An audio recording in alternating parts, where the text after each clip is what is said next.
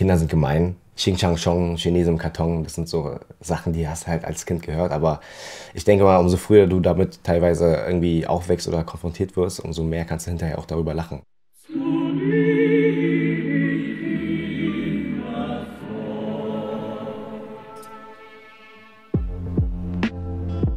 Mein Name ist Tuti Tran, ich bin 29 Jahre alt, ein Stand-Up-Comedian. Eigentlich ist mein richtiger Name Thomas. Mein vietnamesischer Name ist Jeong, den konnten sie damals in der Grundschule nicht aussprechen. Und irgendeiner hat angefangen mit Tutti und dann war es vorbei. Ne? Dann hieß es dann nur noch Tutti, Tutti Frutti und ich habe mich auch mittlerweile nur noch als Tutti vorgestellt. Der Name fehlt eigentlich nur noch auf dem Pass. Ich bin in Neukölln groß geworden und es war einfach geil. Es war ein schöner Kiez. Ich bin so ein bisschen in so einer Parallelgesellschaft aufgewachsen. Auf der einen Seite war auch durch meine Schule bin ich halt mit den ganzen Türken groß geworden und habe auch sehr schnell die türkische Kultur kennenlernen dürfen. Und auf der anderen Seite habe ich sehr früh schon angefangen mit Fußball. Und da habe ich in Rudo gespielt und da war halt komplett alles deutsch. Und deswegen wahrscheinlich auch dann die krass deutsche Mentalität meinerseits.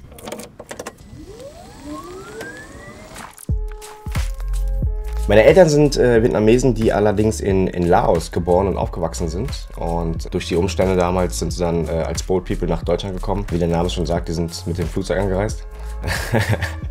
Boat People, die sind quasi mit tatsächlich Booten über den Ozean dann Richtung Europa gekommen. Das war halt dieses typische Kriegszeit, nach der Kriegszeit als Flüchtlinge.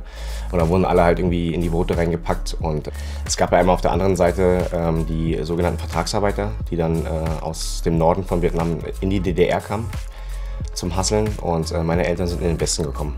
Die haben sich erst in Deutschland kennengelernt, quasi bei so einer Unterkunft. Da waren dann tatsächlich Tausende von Familien und dann hat sich das irgendwie so ergeben. Da hat mein Vater wahrscheinlich ein Auge auf sie geworfen oder bei uns Asiaten ein kleines Auge. Bei den Vietnamesen ist es klassischerweise so, wie ich es auch von anderen Freunden damals mitbekommen habe, teilweise sehr konservativ. Ne? Ich bin aber sehr deutsch aufgewachsen und ich kann mich aber noch als Kind daran erinnern, als meine Eltern mir beibringen wollten, mit Stäbchen zu essen. Eigentlich sollte man, wenn man dem Sohn das erste Mal 2 Stäbchen in die Hand drückt, etwas Greifbares auf den Teller packen. Und meine Mutter gab mir eine Reissuppe. Also ich bin verhungert. Ja, die Suppe war irgendwann eiskalt und meine Mutter sagte, du isst das jetzt auf und versuchst es tatsächlich mit den Stäbchen da aufzufischen. Ich wollte ursprünglich mal Physiotherapeut werden. Und habe aber vorher auch schon diverse andere Jobs in verschiedenen Gastronomien gemacht, war im Einzelhandel, ich habe echt alles gemacht, habe im Krankenhaus gearbeitet und letztendlich habe ich mich dann dazu entschlossen, Personal Trainer zu werden. Habe also dual vor 5 Jahren angefangen, Sport zu studieren und jetzt habe ich mich wieder anderweitig orientiert. Ich bin seit 2 Jahren Stand-Up-Comedian. Ist echt ein krass aufregender Job.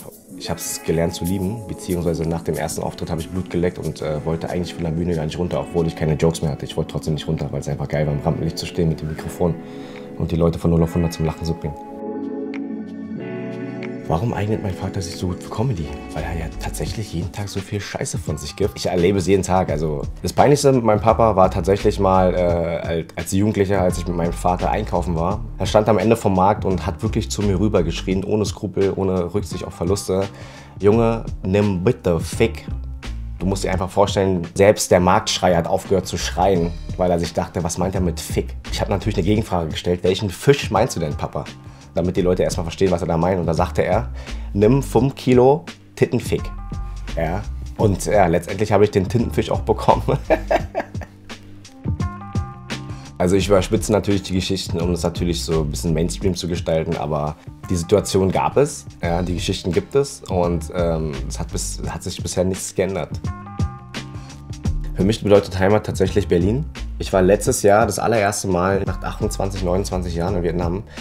Ich weiß nicht warum, aber ich habe mich vorher nie dafür interessiert, mir mal tatsächlich meine Wurzeln anzuschauen. Also ich war da so der klassische Typ, so einmal im Jahr dann 7 Tage Malle.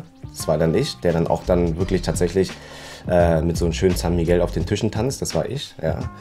Und das war natürlich auch für die Deutschen wahrscheinlich ein geiles Bild, der dann tatsächlich da auf den Tischen steht und dann Wolfgang Petri mitsingen kann. Also das ist halt so, du bist deutsch, ne? Und als ich dann in Vietnam war, habe ich gemerkt, krass, du bist wirklich deutsch. Also die Art und Weise wahrscheinlich, wie ich mich bewege, wie ich mich artikuliere, das sowieso. Die haben sowieso gemerkt beim Verhandeln, dass ich nicht aus Vietnam komme, anhand meiner Aussprache. Aber wenn ich das vergleichen darf, ich habe zwar nicht vergessen, wo ich herkomme, aber Vietnam würde für mich halt immer ein Urlaubsort bleiben und Deutschland ist meine Heimat.